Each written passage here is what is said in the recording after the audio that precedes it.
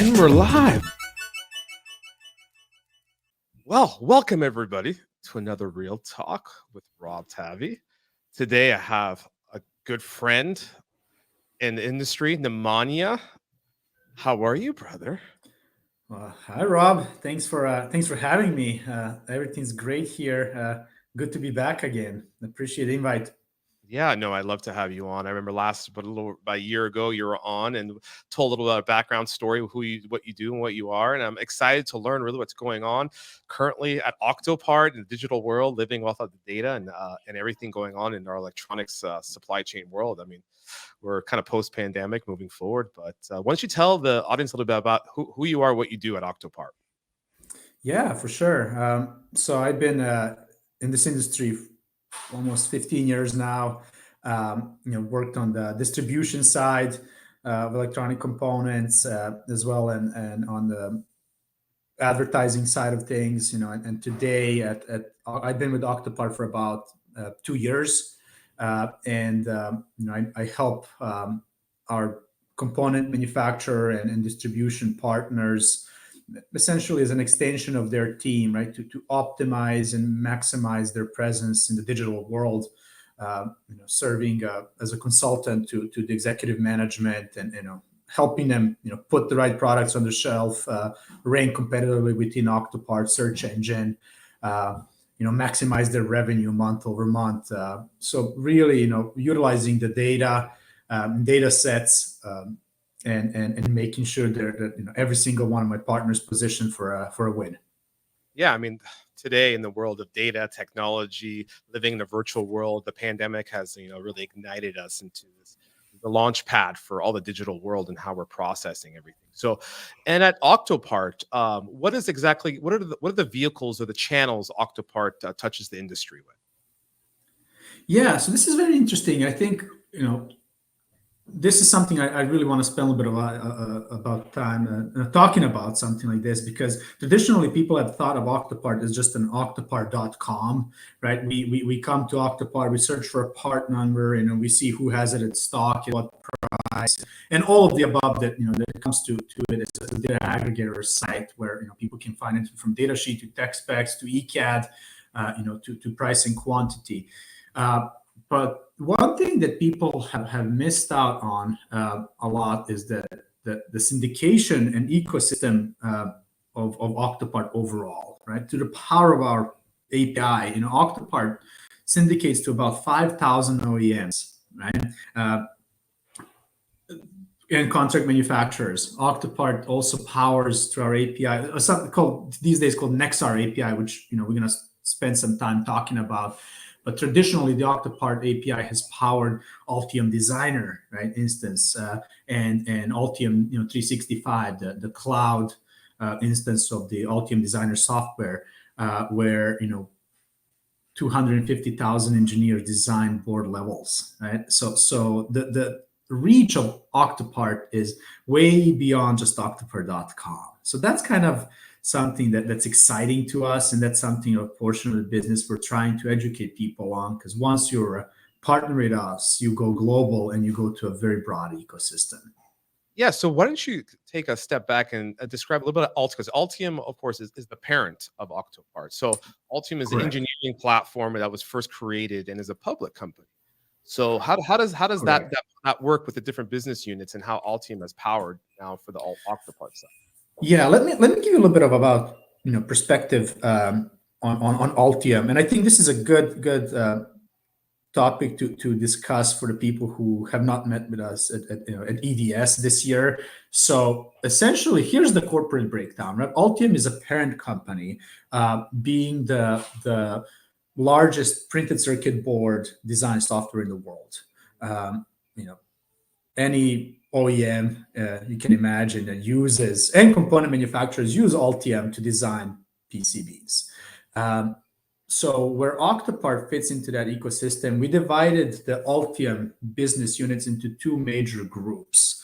One being the Altium traditional board and system levels, right? Which has Altium Designer software, has Altium 365, which is the cloud version. You no longer need to sit at a desktop. You can log in from any location, which is the only and first cloud PCB design software to exist today.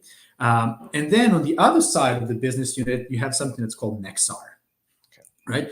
And Nexar is essentially our supply chain and intelligence portion of the business, where Octopart essentially sits within the Nexar business unit. Um, and Nexar API, right, being the one that, if you think about 1, 2, right, Nexar API really connecting the entire ecosystem, right? That's, API itself, right, integrates all the supply chain information and design information into the whole global ecosystem that's powered through our API.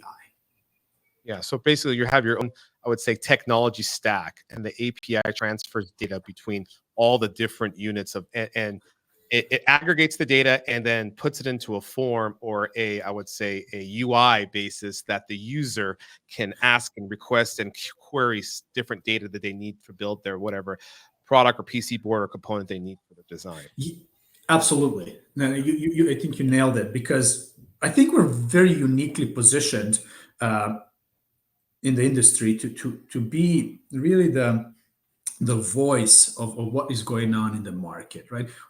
When you look at it from this perspective, you have traditionally people thought, hey, we have Altium, we have Octopart, and we've been really good about aggregating that data, but not really knowing how to manage and how to help people with it. So we have built a product that's called Spectra, which we're going to talk about. And ultimately, what you can see, right? Think of it from the perspective. Well, we have Altium, right? We know what part has been placed into the design at the moment of a design in, right? And you're talking about 250,000 licenses, major, right, OEMs, some of the largest OEMs in the world using Altium. So we know what parts go into the design at the moment the engineer places the board into the BOM, right? And then at the same time, right, you have Octopart sitting on the other side of that spectrum, which talks about, well, the demand signal, right? We know what parts are being clicked on, what parts are being demanded. We know the global inventory levels, right, for every part number, and we analyze that data sets daily. And then lastly, right, we created a product called Ultimate, which essentially connects or ends the cycle, right? You have this Altium on the design side, you have Octopart or Nexar sitting in the middle on the supply chain side of things, and then Ultimate is, we partnered with a company called Macrofab. I'm not sure if you're familiar with them, and where engineers can place a design a board in Altium software, right? See all the supply chain information within the Altium Designer dashboard, A365 dashboard, and then click on Buy with Ultimate, which means that product now goes into through our API, goes into Macrofab, where we can produce a prototype board for them on the spot and then release it for the mass production. Right? Oh wow. So we know the the design signal, the demand signal, the production signal, right? Where Macrofab essentially connects with all the contract manufacturing partners who would then bid for bid to produce the prototype boards for our customers, essentially completing the cycle, right? Yeah. And I don't think anybody is as uniquely positioned in the industry to see that data set, but also help people on the demand side of things, right? Continuing to do what we do the best: refer traffic, send traffic to people for purchase orders so they can acquire new customers, etc. One thing that you did hit on is having the engineers or the companies or the OEMs in general. I mean, you can give them all the data except for, is this project going to go from pilot run to production? That's a sales side. Like, oh, is this demand in the market? But you can do everything to that point. You can't control those forces, but you can give the data of what key principles, what manufacturers, what components are being designed in, what the potential could be for the production, or do you get those production numbers? I mean, how do you get that data of what the volume would be for specific items? A really good point you bring up. So to kind of put a cherry on top with this, we Yeah. just came up with a product that we actually finished.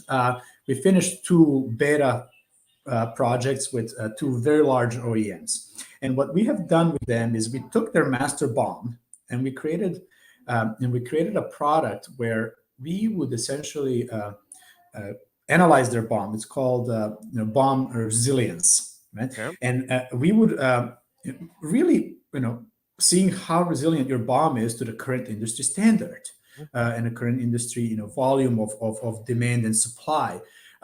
So we would take the master BOM, run it through our systems, which we now kind of have a standard model of how to actually accomplish that, and return the master BOM to you saying, well, out of all these parts that you see, and out of all these approved vendors that you use, right? Here is, so here's an index we call P65, meaning procurability 365. How many times this part on your master BOM has been was able to be procured, right? In one year period, and at this particular moment, you can see how many pieces of that part number in the market. Yeah. And out of these, for example, 4 alternates that you might have on your BOM, three are really no good because their procurability 365 has been at the index of 0.5, right? So parts that you might wanted to expedite no longer need to be expedited, and the parts that you wanted to expedite now need to be back in a alternate. So for those device, I mean that software or that data, the data you can provide to the user from that end, because Mhm. again, you're talking about like, okay, you can tell them this is the part we're designing in. There's 3 or 4 alternatives, and then through that you can also give them a life cycle of those, right? The life cycle information, how long they've been in the industry, like that. That's the type of information you also feed to the engineers, correct? Correct, right? And that product has specifically been designed for an OEM or a contract Correct. manufacturer.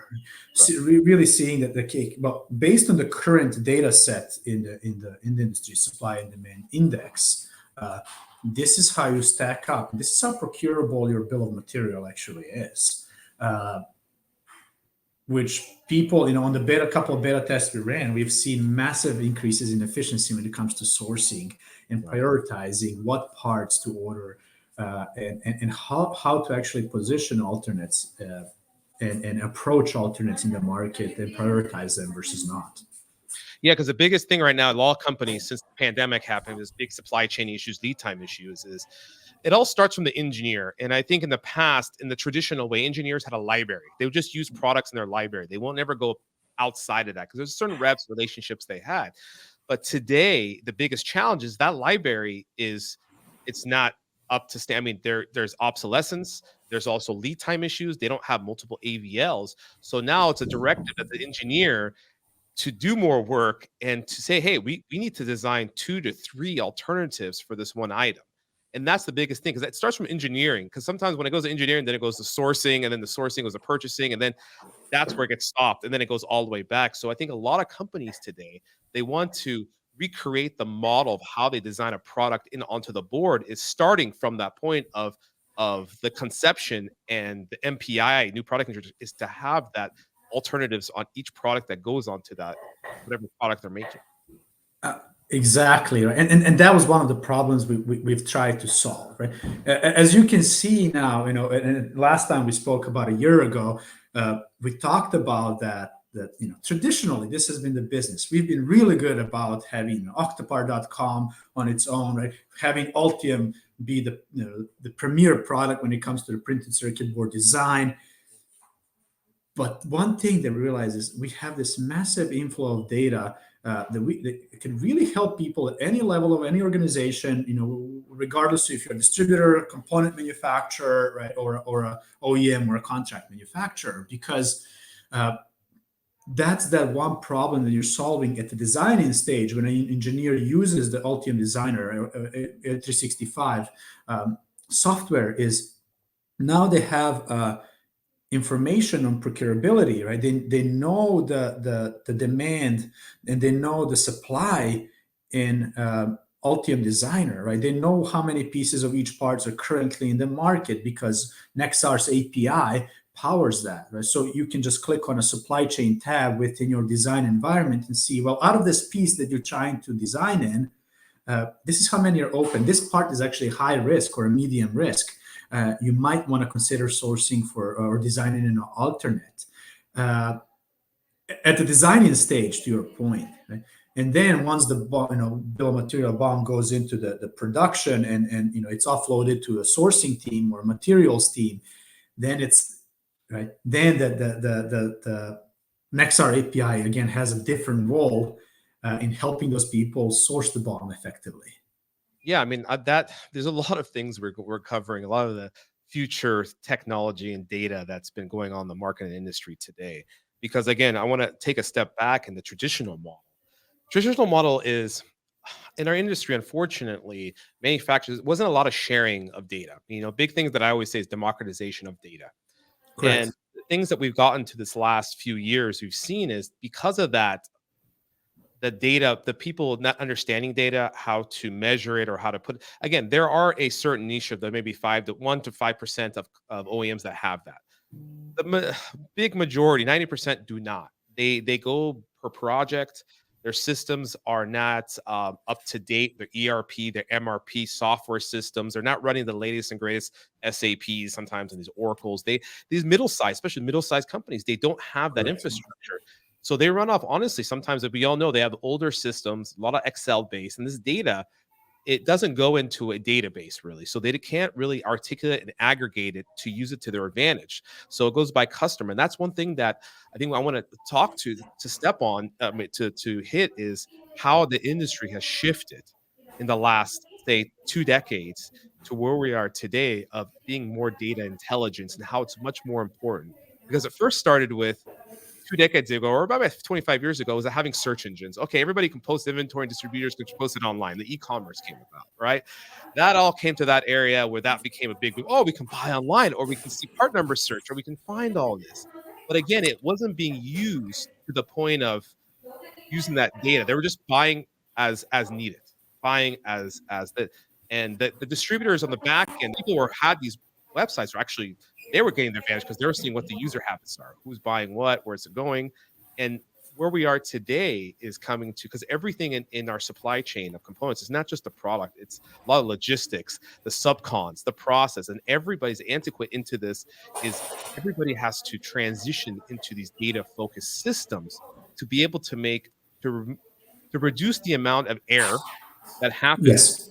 and to improve the efficiency. Exactly. Wherever you are, right? And I think one challenge and you touched upon it first is we actually use that phrase often here at Octopart. That is actually our initial job was to democratize data. And I think we have already solved that problem, right? You can go to Octopart today and search for anything you want, any part number, and we're going to give you pretty much everything you need to make a decision whether that part should be placed on the shelf, should you purchase that part? Because one latest feature we opened up on Octopart publicly, and don't forget that's all free. It's free for our user, right? You can go to octopart.com, search for a part number, and we opened up a inventory historical inventory trend for 1 year and 3 month period. Uh, Now you can see, well, this part has been in stock. This is how much the stock has of that part has performed within a 3 or month period or a year. Is it up? Is it down? So data sheets, technical specs, like everything's in there. So I think the democratization of data has been solved. Now, what we are trying to solve and are doing so successfully is really having the ability to customize the data set that you need to help you save on cost or increase revenue, right, or grow your business in any aspect, what part to design in. We sit in a very unique space to really modify our API sits in a GraphQL technology, so we get we can dissect and any piece of information, apply it to you the way you want it to help you grow. Yeah. So that's what I want to ask you is to the customer, because you work with both the distribution, the component manufacturers, and the OEM who make the product itself. Throughout these different, I would say, verticals or pillars or the EMS, the subcontract manufacturer too.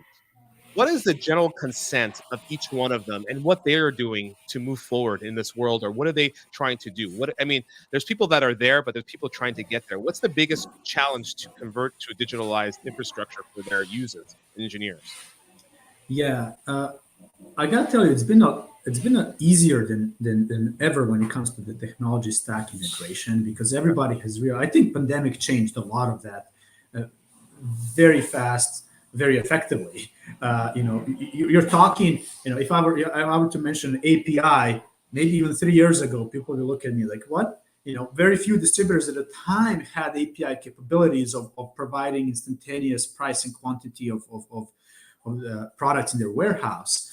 But today, you mentioned API. I was like, yeah, yeah, just send me your API credentials. We're going to integrate whatever we need. So I think people got sophisticated very fast. Now, when it comes to the challenges we're seeing is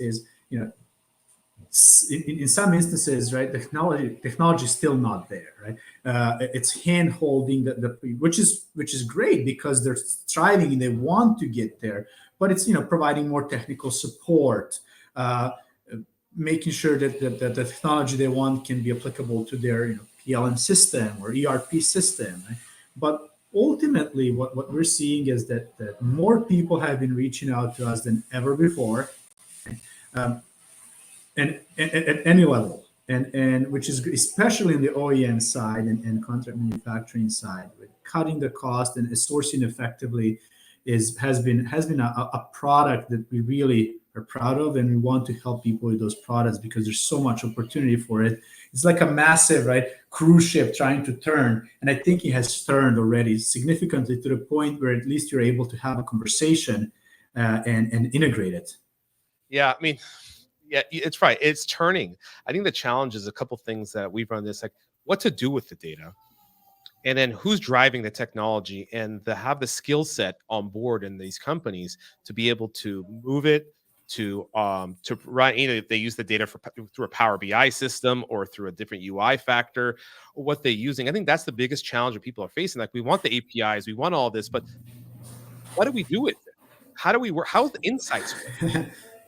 Right? Very interesting, actually, 100%. And reason I laugh is because just last week I had a couple of conversations with a few component manufacturers that would say this is just the best thing we've ever seen in our life, right? Oh my god, we know what parts are being demanded that we make. We know at what volume they're in the market right now per every channel partner.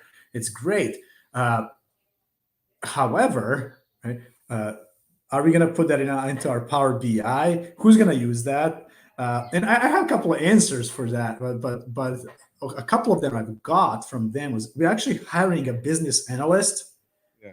to help us integrate that data.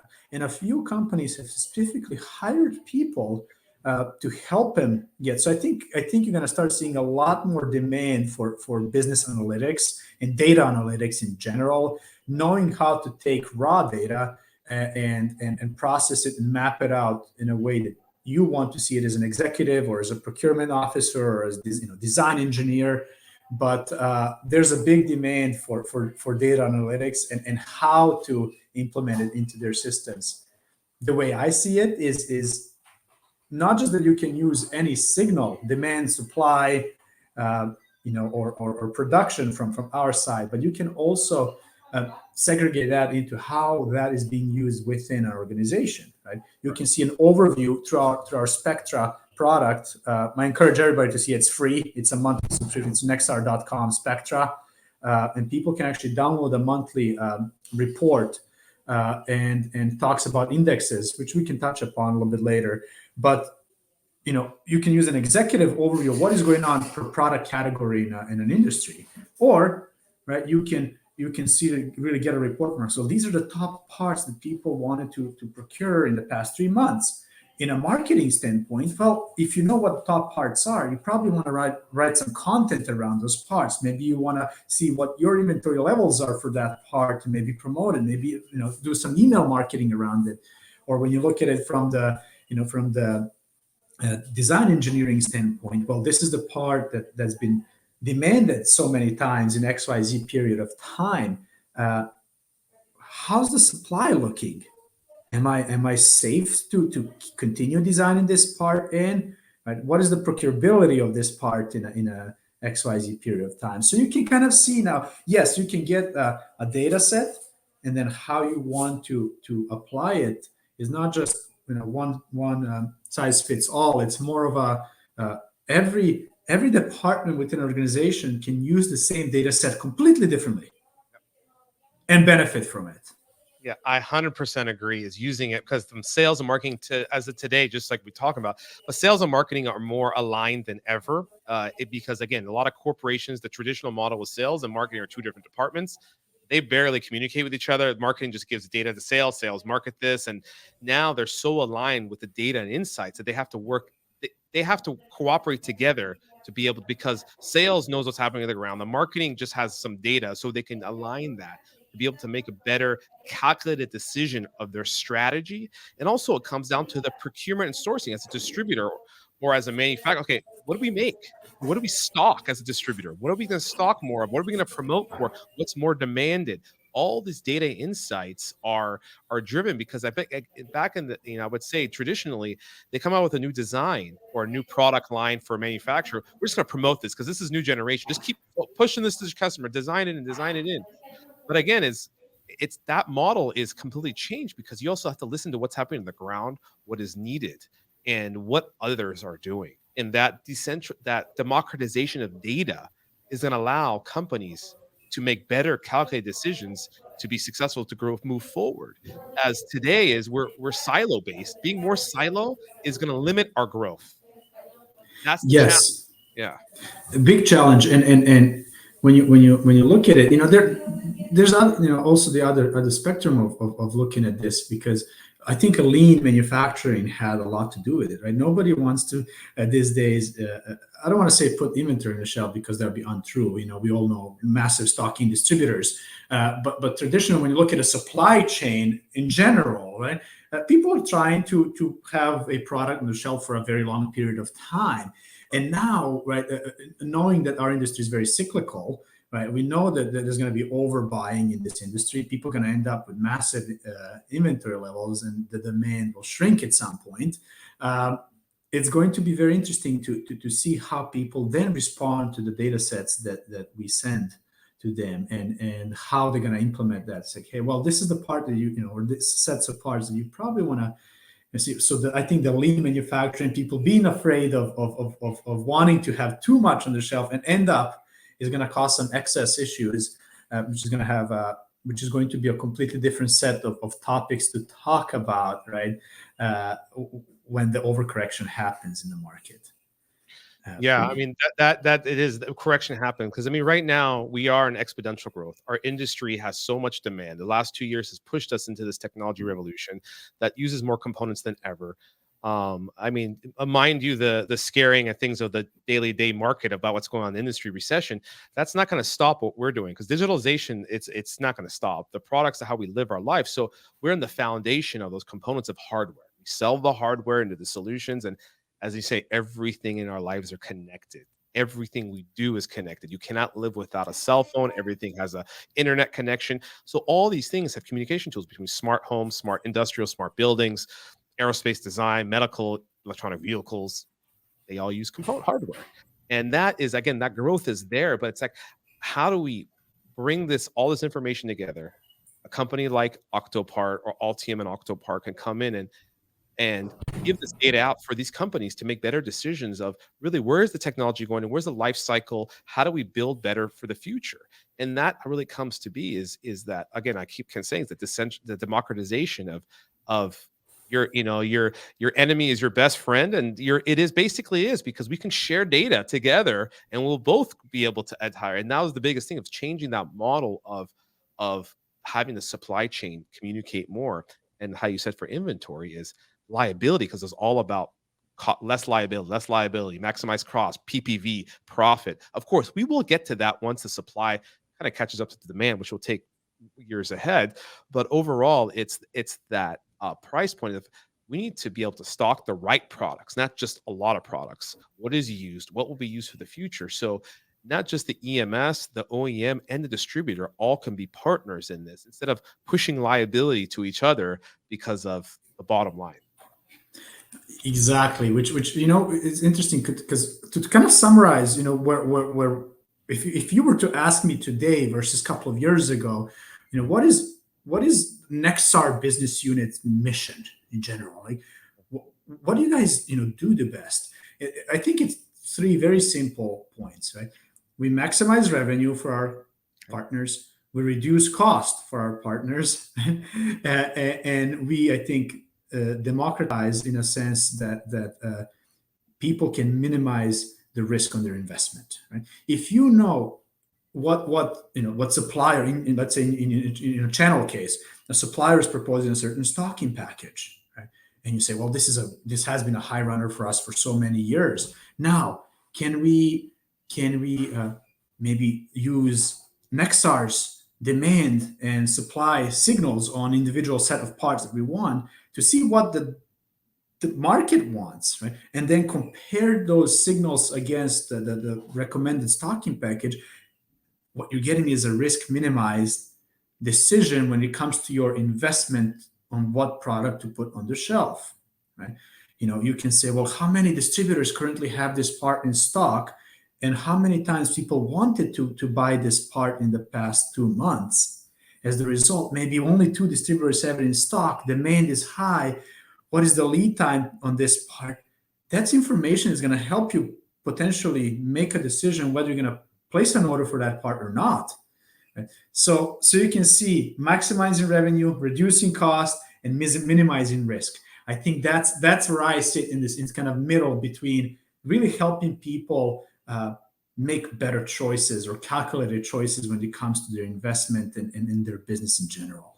It's having the information, the data work for you, and being proactive, send you those push notifications, as you would say. Like our consumer world is B2B is going more to that consumer B2C. It's pushing you data. It's pushing, hey guys, that we have a alert, like this part is high demand. There's only a couple distributors. You can get all this information if you build the systems intuitively with a provider like you of giving that data. You guys can get those notifications, that the buyers can make better decisions, management can make better calculated risks of what they're doing for products because of their customer, because everybody win. If there's a disruption somewhere, is a break, if you're a manufacturer and you cannot ship, you can't invoice, you can't get cash flow, you can't do this process. At the end of the day, those breaks, even with logistics, you can't get the parts in, I mean, those subcons, all these are breaks, and that's where the error is. If we can just reduce improve the efficiency of being proactive. But again, how I say it, it's not the system right now. It's changing the culture of how the people think and act. It's not about, because the system is there. It's the way people think and act. That's culture it's the toughest change. The change management of using data. I've been the happiest person. You talk to me, Yeah. these days. I'm just glowing with happiness of how excited people are about it. Right? Traditionally, you can talk about these things, which we have been for quite some time now, but seeing that people are actually excited about it, people that actually see the benefit of it, people who have already implemented it faster than ever are seeing the benefits of it right now. There has never been, more conversation around democratization of data and implementation of data sets to make decisions ever than it is today. And I've never been busier. I mean, that's what I want to stop and break down there, because I'm like thinking like, okay, let's break down the product. So right now, give us a little background on what each product is, because you have, of course, you have Octopart, and you have Nexar, and I think you have Spectra. These three products, what's the difference in them? As a user coming to you, what would you, as a manufacturer distributor, how do they all work together? Do you need all of them, or do you need one? So can you explain a macro version of each one of them? Yeah. So essentially, Spectra is a subset of Nexar, one of the Nexar products. So as I said earlier, right, Nexar being a division in the whole Altium ecosystem, having the board and systems divisions of Altium traditional design software, right, and then having the Nexar business unit, the unit of intelligence, data, and procurement or supply chain. So when you think about Octopart, where Octopart sits in Nexar business unit, Octopart traditionally being the data aggregator site where people come search for parts, which is still the core of our business, right? And it's continuing to grow at a massive scale. We help channel partners with presenting their inventory and prices and parts in general, any information on parts to the open public who is in need of designing or procuring parts. Staying the same as it always been, continuing to grow, adding more features such as stock notifications, as I said earlier, global inventory levels for 1 year and 3 month period for any part.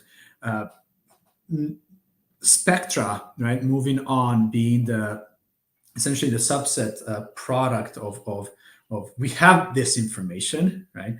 We have the global feeds, we have the prices and quantities. We see the demand given the volume of people searching for parts on Octopart. So call that a demand signal, right? It's all aggregated now. Spectra being a product of intelligence, right?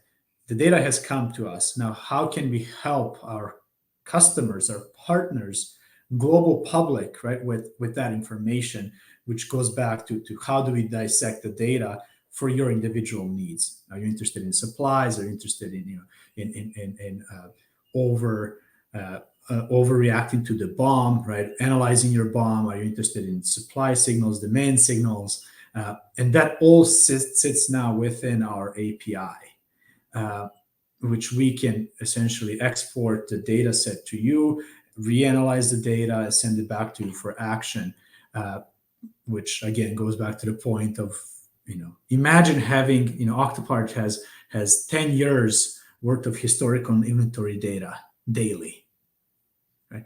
How would you use that, Yeah. right?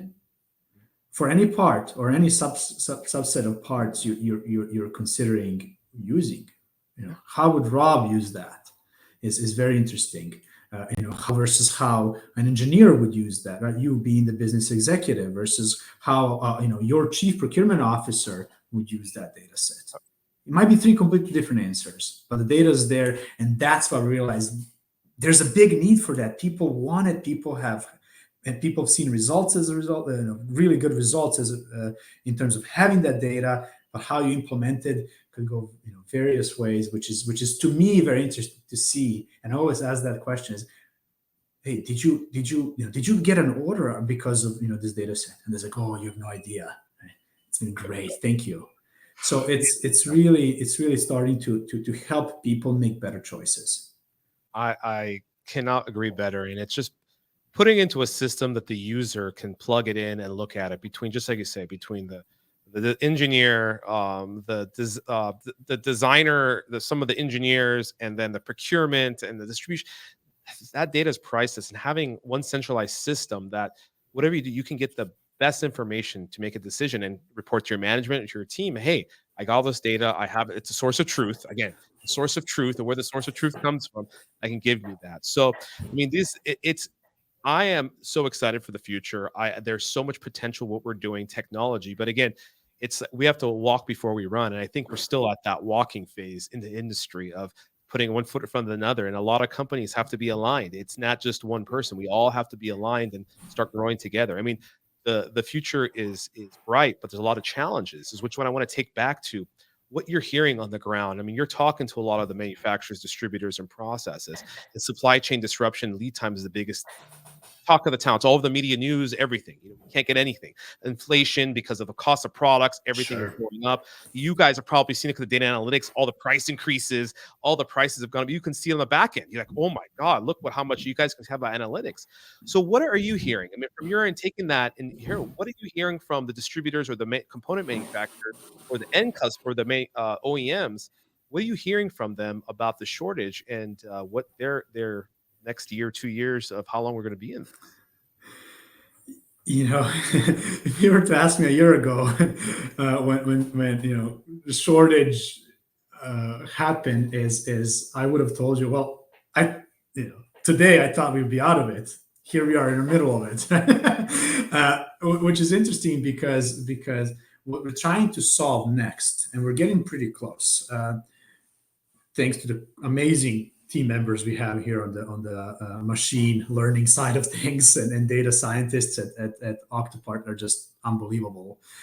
So what we're going to start to do is try to build a predictability model around spectra, right? And I think imagine, right? You have the demand signal, you have the supply signal, uh, combining the two. So you know that this part has traditionally had. You can start seeing the global inventory levels decreasing for a product category, for a specific manufacturer, for individual part number. Analyze it any way you want, narrow it down all the way to the NPN level.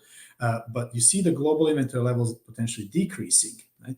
As you start seeing the demand signal on Octopart increasing, we are able to actually build a cross, right, equilibrium Inflection points. There's an of inflection.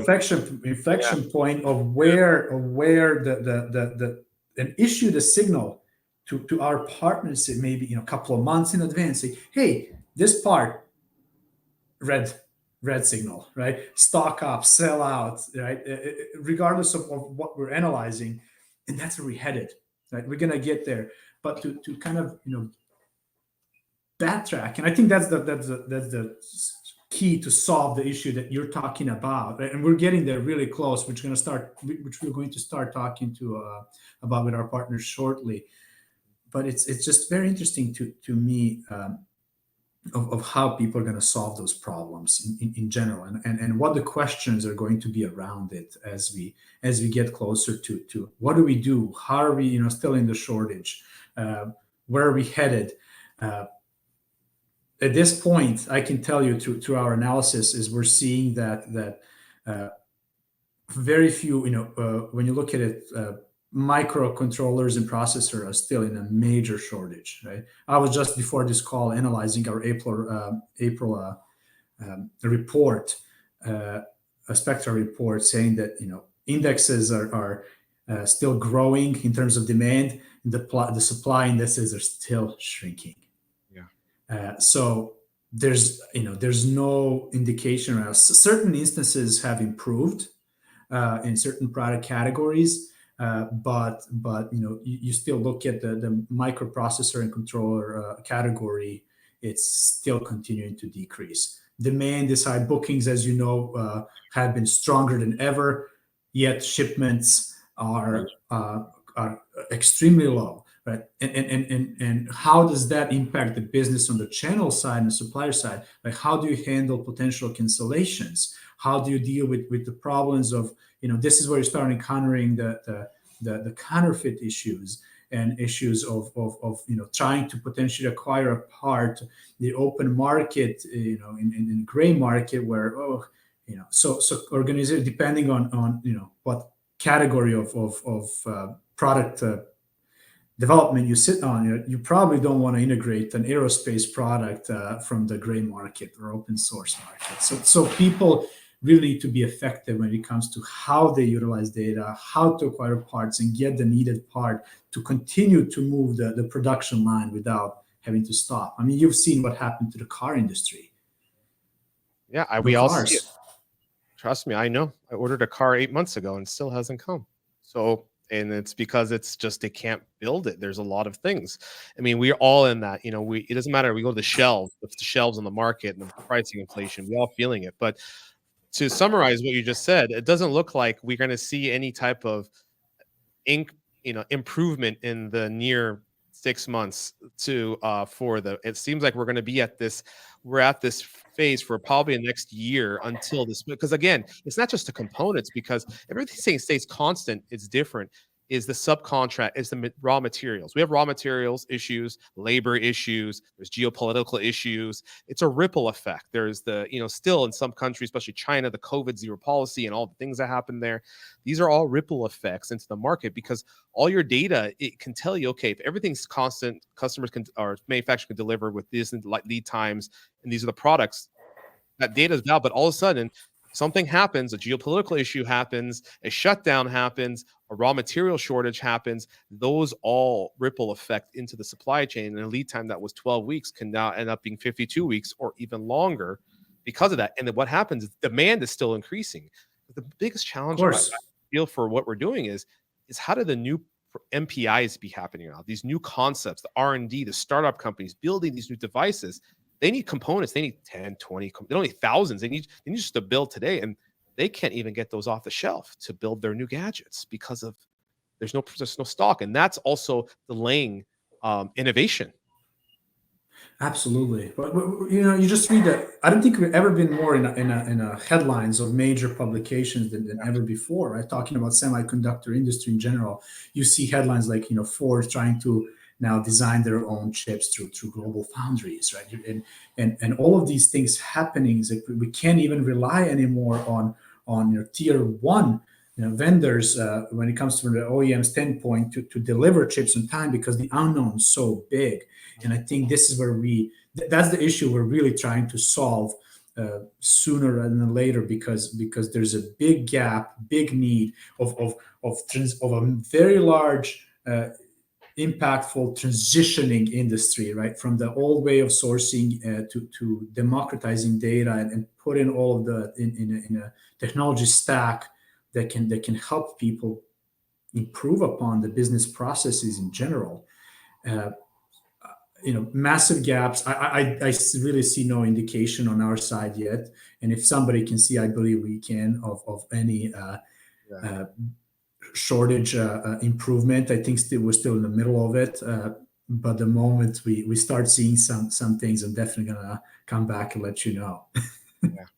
Yeah. Yeah. Yeah. So yeah, I will. Yeah, definitely. Because that overall, it's letting. I mean, it's hard because everybody asks me the same question. What do you predict? What's going on? Well, from our customers' demand, the suppliers, the manufacturers, nothing has improved. Again, there's small sectors. Some things have delivered, but again, there's stock delivering that was ordered a year ago today. So some customers are getting parts, but once that stock is depleted, you got to wait. Their lead times are 30 to 50 weeks, and then like, okay, we have to get more, and that's the causation is that is crazy inflation because the pricing goes up or the gray market or whatever it is to produce. Because again, we're in a technology race that first to market wins market share.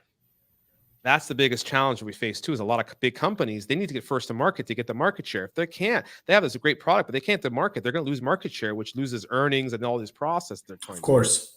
And these big public companies, again, we know we've been seeing it because it's all over the news every quarter. Or it's a downturn. They can't. There's inflation. Oh, revenue's gone up, but bottom line's gone down because of inflation costs, labor issues. I mean, top line goes up. There's more sales, but for them to do more sales, it's costing them because everything is going up in price. And that inflation, I think, is here to stay. We just have to live with it for now. And then it's just getting the labor and the challenge and also supply chain and bringing some of the chip maker manufacturing back to the states and bringing that again. That's all possible, but that's going to take 1 to 2 years. It's going to take 3 to 5 years for that to even to come online. And it's I love to what it can happen tomorrow, but it just doesn't happen. No, and I would agree with the, inflation standpoint. I recently just personally I sold my car, and I Yeah. couldn't believe what price I was offered for my car. 2 years ago, I just looked into it kind of, and I was like, oh, okay, they gave me an okay fair price. Yeah. Fast forward, 30,000 miles later, and you know, uh, the price I received on my car was like 3 years later was just wow. It was Like more than really, it was 2 years ago. Yeah. way more, Yeah, way yeah. more. I ended up selling my car because I just couldn't resist the urge. Uh, but that really speaks to that point of the prices are going up and everything's going up and when we settle, are we going to settle? Where are we going to settle? Right. This is a really interesting topic to separate topic we can talk about for a few hours. When we settle, where are we going to be? But you look at it and it's really interesting to us in particular to analyze and understand where we're going to end up, how we're going to end up, where we currently sit, and how we can improve upon the current processes to make things happen more effectively. Today you look at it, a lot of these OEMs are displacing tier ones, right? This is where tier two component manufacturers in general can have major market share shifts. So if you have a product that's going to deliver the same way that the tier one product does, and you have more availability, and I think it's going to be easier than ever now to design in and out a product. it would be very interesting to me to track, which we do internally through our uh, analytics, is to see the increase in demand for Tier component two. manufacturers that you traditionally consider to be tier two or tier three, as a matter of fact. It, 2 years ago and today, if I were to call somebody a tier two component supplier, I don't think I'll call him a tier two supplier today anymore. And there's some numerous examples of that I could show you in our data analytics. As I look Well, at you the just demand for this product, right? you hit a point there. It's the democratization of components because there was a monopoly. A lot of the M&A happening, a lot of the semiconductors companies buying each other, a lot of companies acquiring, getting smaller, and it was becoming a monopoly. And I think this is a disruption that was needed. There are more companies, tier two, tier threes, are coming up to the market.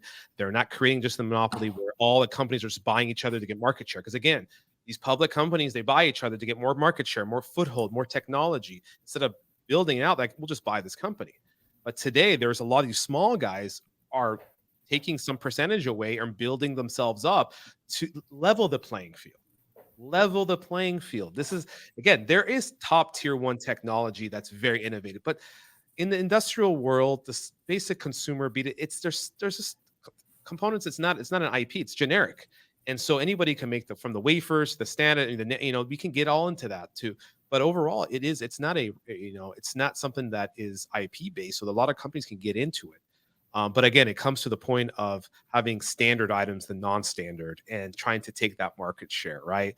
Because I think a lot of companies realize that I don't want to create a non-standard item anymore. That non-standard has hit me bit me in the butt, and I can't get it for a year, and no other person wants to make it because there's NRE costs, engineering costs to make it, and all these things. Look at it from this perspective. Uh, There's only certain level of cars and airplanes and high-tech toys, right, that need to be high-tech, that are new. yeah. But what is the percentage of the production globally that's still using the standard product, that's not a new product, and it's not an NPI that needs to be used in that application? Yes, there's definitely a massive need. That's how we progress as a society, right? We continue to innovate, we continue to put new products out that's advanced technologically. However, there's only a certain segment of production volume globally that needs to use an NPI technology. Majority of it still uses the product that are in a prime life cycle status. Hence, that's when you see the major shift in demand of market share. Yes, you're going to still hear news about, this company has acquired this organization. However, I think recently I've heard more news about, hey, this tier one supplier adding more space. I mean, just look at it here in Texas, where I sit. Just 30 miles from me, there's a massive $17 billion facility coming in, right? You see, up in Dallas, another tier one component manufacturer investing $30 billion into their new production facility.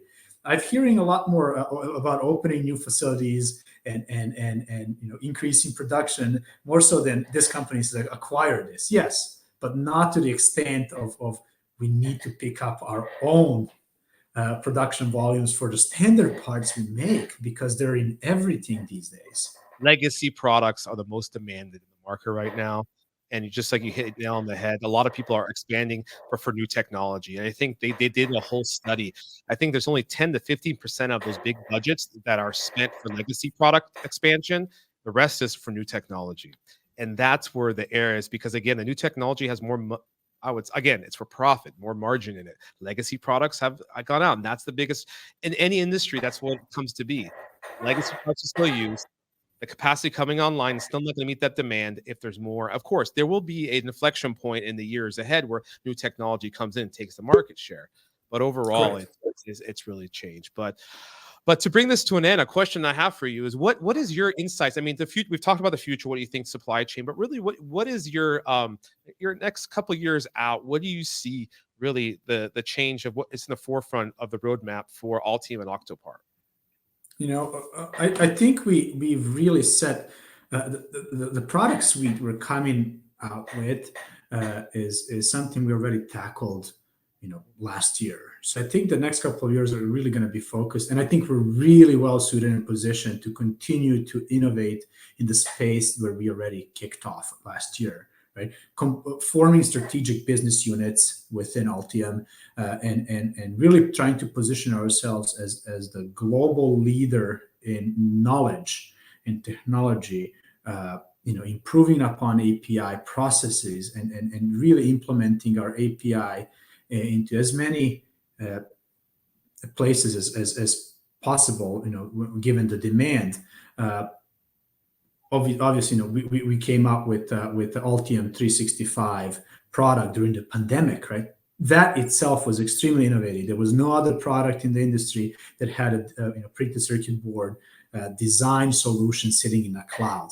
Right? Altium 365 fully sits in a cloud where engineer can sit anywhere in the world and just log in and bring their design into the cloud environment and work on it.